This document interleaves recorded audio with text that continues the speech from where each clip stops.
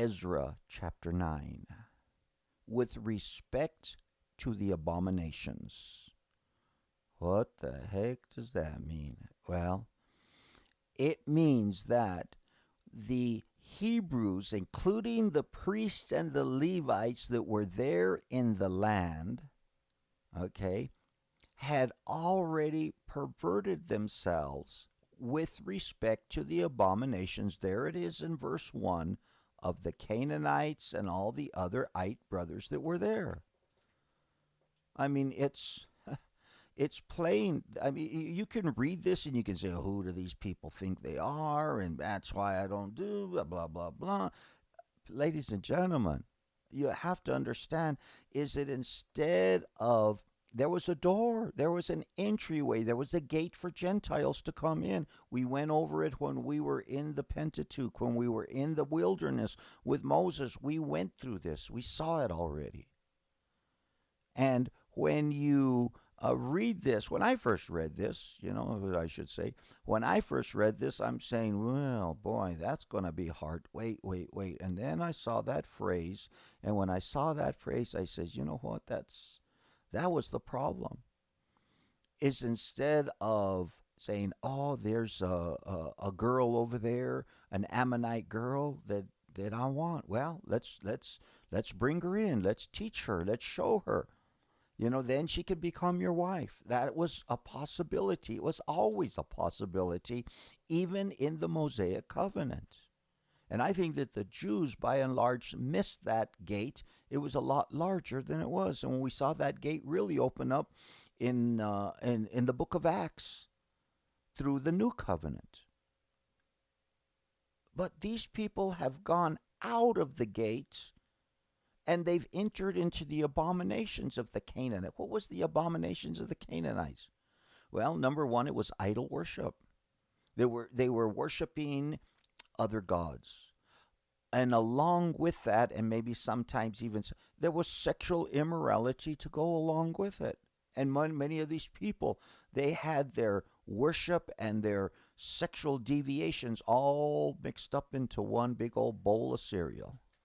It's breakfast, and that's why I use cereal. Soup if you're out there later in the day. With respect to the abominations, for they have taken some of their daughters as wives for themselves. That in alone wasn't bad. And their sons, so that the holy seed is mixed with the people of these lands. These people could have been purified and brought in. Okay? The New Testament says, not to get mixed up with other people. We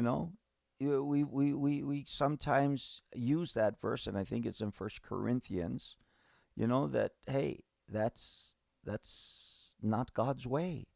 Talk about marriage, talk about business. When you get tied in, as a Christian, as a believer, you come from a different worldview than other people do. So be sure that there's how can two walk together unless they agree? I think it was a proverb. I keep throwing these scriptures out over there, and we'll have to find them for you. Okay, and that's really what I'm looking at here when I see it. It wasn't the they're so proud or they don't. Anyway, so read it, mess around with it however you want to do.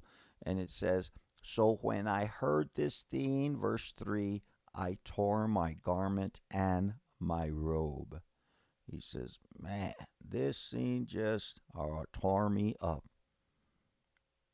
I heard this thing. I mean, they come back. They're happy. They're joyous. They're brothers. There's priests. There's Levi. Now you know why Ezra had this bug to bring Levites with him. You say, well, there's Levites over there in the land. Well, let's see if we can get any Levites to go with them. And they went to that Carpathia or whatever the place was, and they brought in some Levites. And then they said, okay, now we're complete. Let's go.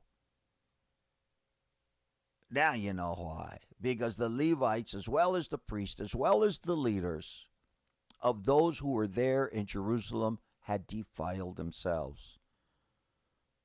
And Ezra, a little bit miffed by this whole thing.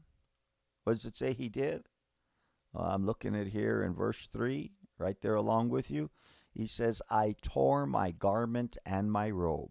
You know, that was something that was very fashionable in those days when you want to. Okay. And plucked out some of the hair of my head. Don't even get that idea, because no, that ain't going to happen. Okay. We're keeping whatever we can. I keep crying when I see it go down the drain. Okay. And plucked out some of my beard. And sat down astonished. I can't believe that we've come down to this situation. I can't believe that we have come all this way. You know, here's another thing. Expectations. Oh my God. Our expectations are always so high for different things that we're excited about. And then we get there and we find out that it wasn't what I expected. It wasn't all peachy and creamy. Now we got to roll up our sleeves. We got more work to do. We thought that we were all going to sit around the campfire and sing Kumbaya and have a good old time. No, we got some extra work that we did not expect. Our expectations were set. So, you know, that's something that we got to be a little careful with every once in a while.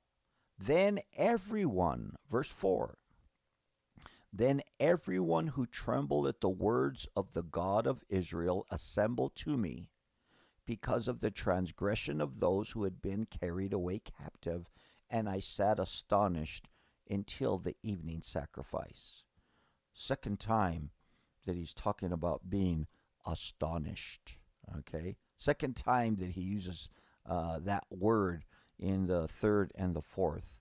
And I'm going to go to Webster and I'm going to get us a little bit of a drill down on astonished. Okay, dumbstruck.